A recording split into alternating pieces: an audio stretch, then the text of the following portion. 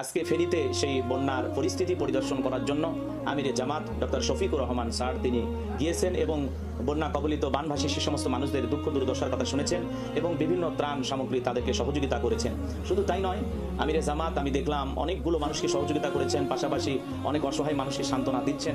আমি দেখলে অবাক হলাম, আমিরে জামাত একটা ছোট্ট শিশুকে কোলে নিয়েছেন, তার পরিবারের লোকজন কোথায়, এরকম অবস্থা মানে কাউকে খুঁজে পাওয়া যাচ্ছে না। কেউ আত্মীয় স্বজন অনেকজনকে হারিয়েছেন, অনেক প্রিয় মানুষকে হারিয়েছেন। ভয়াবহ পানিতে গরু ছাগল মহিষ সব ভেসে যাচ্ছে। এই দুর্দিনে তাদের পাশে দাঁড়াতেছেন। আমিরে জামাতের এই মানুষের পাশে দাঁড়ানোর দৃশ্যটা দেখে আমরা সবাই অবাক হয়ে যাই। কি ধরনের একজন মানুষ, এত বয়স হয়ে গেছে, তারপরে দায়িত্বের জায়গা থেকে সামান্য চুল পরিমাণে তিনি ছাড় দেন না। যেখানে দুঃখ দুর্দশা দেখতেছেন বাংলাদেশের মানুষ, যেখানে বিপদগ্রস্ত ক্ষতিগ্রস্ত বন্যাগ্রস্ত, সবার আগেই আমিরে জামাত শফিকুর রহমান তিনি হাজির। আসসালামু আলাইকুম ওয়া রাহমাতুল্লাহি ওয়া বারাকাতুহু। আলহামদুলিল্লাহি রাব্বিল আলামিন ওয়া আকিবাতুল লিল মুত্তাকিন, আম্মা বাদ। দেশ ও বিদেশের যেখান থেকে আমার এই কথাগুলো শুনতে পাচ্ছেন সবাইকে আন্তরিক ধন্যবাদ, মোবারকবাদ। আশা করছি আল্লাহ তাআলার রহমতে আপনারা সবাই ভালো আছেন। সম্প্রতি বাংলাদেশে আপনারা দেখেছেন একটি ভয়াবহ বন্যা, বিশেষ করে ফেনী, নোয়াখালী, কুমিল্লা, চাঁদপুর, চট্টগ্রাম এই অঞ্চলের মানুষ পানিবন্দী। লক্ষ লক্ষ মানুষ ঘর বাড়ি সব বন্যার পানিতে তলিয়ে গেছেন। এই বন্যাটা ভারত থেকে এসেছে। ভারতের ত্রিপুরা একটি বাঁধ খুলে দেওয়া হয়েছে। সেই বাঁধ খুলে দেওয়ার কারণে বাংলাদেশে এই বন্যার পানিগুলো প্রবেশ করেছে, যার কারণে বাংলাদেশের বন্যার পরিস্থিতি খুব ভয়ঙ্কর এবং ভয়াবহ। যে অবস্থায় বাংলাদেশের চলমান পরিস্থিতিতে লক্ষ লক্ষ মানুষ আজকে ঘর বাড়ি সব ছেড়ে বিভিন্ন আশ্রয় কেন্দ্রে গিয়ে তারা আশ্রয় নিচ্ছেন। দুতলা তিনতলা বাড়ি ঘর সব ডুবে গেছে, পানির ভিতরে ঘর বাড়ি সব তলিয়ে গেছে, অনেক কষ্ট নিয়ে মানুষ বসবাস করতেছে। আলহামদুলিল্লাহ, আজকে ফেনীতে সেই বন্যার পরিস্থিতি পরিদর্শন করার জন্য আমিরে জামাত ডক্টর শফিকুর রহমান স্যার তিনি গিয়েছেন এবং বন্যা কবলিত বানভাসী সে সমস্ত মানুষদের দুঃখ দুর্দশার কথা শুনেছেন এবং বিভিন্ন ত্রাণ সামগ্রী তাদেরকে সহযোগিতা করেছেন। শুধু তাই নয়, আমিরে জামাত আমি দেখলাম অনেকগুলো মানুষকে সহযোগিতা করেছেন, পাশাপাশি অনেক অসহায় মানুষকে সান্ত্বনা দিচ্ছেন। আমি দেখলে অবাক হলাম, আমিরে জামাত একটা ছোট্ট শিশুকে কোলে নিয়েছেন, তার পরিবারের লোকজন কোথায়, এরকম অবস্থা মানে কাউকে খুঁজে পাওয়া যাচ্ছে না। কেউ আত্মীয় স্বজন অনেকজনকে হারিয়েছেন, অনেক প্রিয় মানুষকে হারিয়েছেন। গভীর রাতে ষড়যন্ত্র করে এই পানিটা ছেড়ে দেওয়ার কারণে আজকে সেই নোয়াখালী ফেনীর মানুষেরা এমন অবস্থার ভিতর দিয়ে দিন পার করতেছেন, তারা প্রস্তুতি গ্রহণ করতে পারেন না। আকস্মিকভাবে এই বন্যার পানি চলে এসেছে, তারা ঘুমান্ত, এই ঘুমের ভিতরে পানি বাসার ভিতরে ঢুকে পড়ছে। কিভাবে তারা সন্তানদেরকে নেবেন, কিভাবে নিজেরা আশ্রয় নেবেন, কোথা থেকে কোথায় যাবেন? এই ঘুমের ভিতরে এই ভয়াবহ বন্যা আসার কারণে এই মানুষগুলো অনেক কষ্ট পাচ্ছেন এবং বিভিন্ন এলাকা তলিয়ে গেছে। এমনকি নোয়াখালী শহরে, ফেনী শহরে পানি প্রবেশ করেছে, চট্টগ্রাম বিশ্ব রোডে পানি প্রবেশ করেছে, চট্টগ্রাম এবং ঢাকা মহাসড়কে পানি প্রবেশ করেছে, অনেক ব্রিজ বা সব ভেঙে গেছে, বাড়ি ঘরে লক্ষ লক্ষ মানুষ পানিবন্দী। এই ভয়াবহ পানিতে গরু ছাগল মহিষ সব ভেসে যাচ্ছে, মানুষের বাড়ি ঘর সব তলিয়ে যাচ্ছে। এমন ভয়াবহ বন্যা আমরা অনেক দিন দেখি নাই। বাংলাদেশে এরকম ভয়াবহ বন্যা খুব কম হয়েছে। এই বন্যার কবল থেকে আল্লাহ পাক যেন এই বানবাসী মানুষের উপরে রহমত বরকত নাজিল করেন, কারণ আল্লাহ তাআলাই হলেন আমাদের একমাত্র সাহায্যকারী। আল্লাহ রাব্বুল আলামিন হলেন আমাদের উত্তম ফয়সালাকারী। আমরা আল্লাহ তাআলার কাছে সাহায্য চাইবো, কারণ আল্লাহ তাআলাই একমাত্র আমাদের জন্য সাহায্যকারী। আল্লাহ রাব্বুল আলামিন বলেন, বালিল্লাহু মাওলাকুম ওয়া হুয়া খায়রুন নাসিরিন। আল্লাহ রাব্বুল আলামিন বলেন, আল্লাহই তোমাদের অভিভাবক এবং তিনি শ্রেষ্ঠ সাহায্যকারী। আল্লাহ তাআলার কাছে আমাদের সাহায্য চাইতে হবে। আল্লাহ রাব্বুল আলামিন ছাড়া আমাদের কেউ নাই। এই ভয়াবহ বন্যা থেকে, এই বন্যা নামের গজব থেকে একমাত্র আল্লাহ তাআলা আমাদেরকে হেফাজত করতে পারেন। আজকে ভারত ষড়যন্ত্র করে তাদের সেই হাই ভোল্টেজ গেট খুলে দেওয়ার কারণে, ত্রিপুরার সেই বাঁধ খুলে দেওয়ার কারণে বাংলাদেশে রাতের বেলায় এত পরিমাণে পানি প্রবেশ করেছে, যে কারণে মানুষ আতঙ্কে দিন পার করতেছে। মানুষের অনেক কষ্ট হচ্ছে, খাবার পাচ্ছে না, চতুর্দিকে হাহাকার, আশ্রয় কেন্দ্রতে মানুষের আশ্রয় হচ্ছে না। মসজিদে গিয়ে মানুষ আশ্রয় নিয়েছেন, হাজার হাজার মানুষ মসজিদগুলোর দোতলায় নিচতলায় বসার কোনো জায়গা নেই, পানিতে শেষ হয়ে গেছে। মাদ্রাসা মসজিদ সব তলিয়ে যাচ্ছে বৃষ্টির পানিতে, দোতলা তিনতলা বিল্ডিংগুলো তলিয়ে যাচ্ছে, মানুষ ঘর বাড়ি সব বন্যার পানিতে ভাসিয়ে যাচ্ছে। গরু ছাগল আসবাবপত্র যা আছে, ঘরের জিনিসপত্র যা আছে সব বন্যার পানিতে ভেসে যাচ্ছে। এমনকি মানুষও ভেসে যাচ্ছে, দু একজন মানুষ মারাও গেছে। আমরা এমনও দেখেছি ছোট্ট শিশু অমায়িক দৃষ্টিতে তাকিয়ে আছেন। ছোট্ট বাচ্চা, তার দৃষ্টি দিকে তাকানো যাচ্ছে না, পানির ভিতরে ছোট্ট শিশুটা ভাসতেছে। তার চাহনির ভিতরে কত কষ্ট, কত দুঃখ, তার চেহারার দিকে তাকাইলে এত মায়া লাগে, বুকটা ছিঁড়ে যায়, কলিজাটা ফেটে যায়। আজকে এইভাবে বন্যার পানিতে আমার দেশবাসী কষ্ট করতেছে, আমার প্রিয় মাতৃভূমির মানুষ কষ্ট করতেছে। ফেনী, নোয়াখালী, চাঁদপুর এই এলাকার মানুষ অনেক কষ্টের ভিতরে আছেন।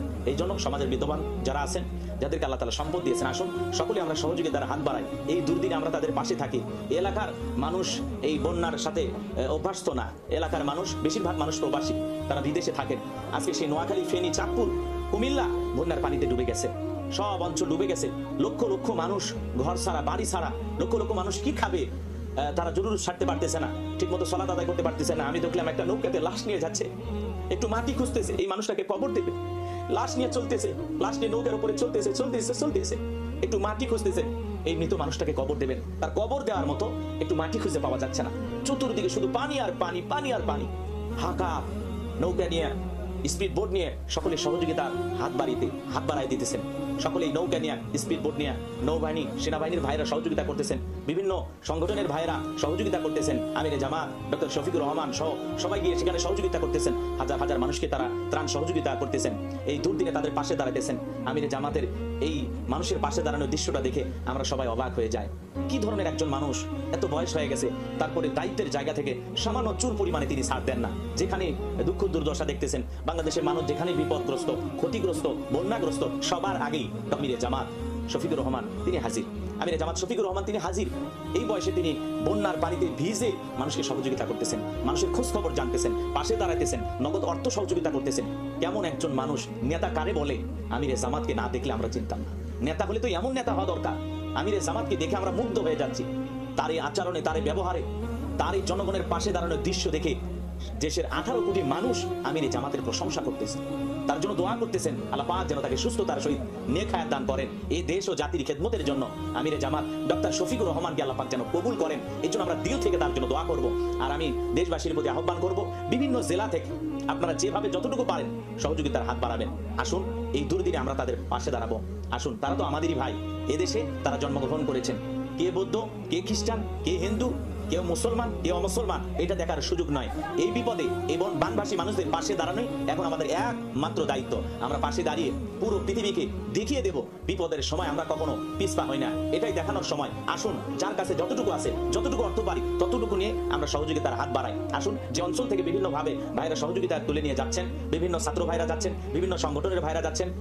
আমরা অলরেডি শুনেছি শাইখ আহমদুল্লাহ হুজুর তিনি 500 টন শুকনা খাদ্য নিয়ে সেখানে যাবেন। আলহামদুলিল্লাহ, আমরা বরাবরই দেখি বন্যা এবং এই বানভাসী মানুষদের সবসময় পাশে থাকেন শাইখ আহমদুল্লাহ। তিনি 500 টন খাদ্য, প্রাণ সামগ্রী নিয়ে, গিফট নিয়ে, উপহার নিয়ে তিনি অল্প সময়ের মধ্যেই সেই ফেনীতে যাবেন, নোয়াখালী অঞ্চল পরিদর্শন করবেন এবং বানভাসী মানুষের মাঝে তিনিও খাদ্য বিতরণ করবেন। আমরা হুজুরের জন্য দোয়া করছি। আসুন্নাহ ফাউন্ডেশনের সম্মানিত চেয়ারম্যান শাইখ আহমদুল্লাহ হুজুর যে 500 টন খাবার নিয়ে যাবেন, এখানে যারা সহযোগিতা করেছেন আল্লাহ পাক তাদের সহযোগিতা কবুল করুন।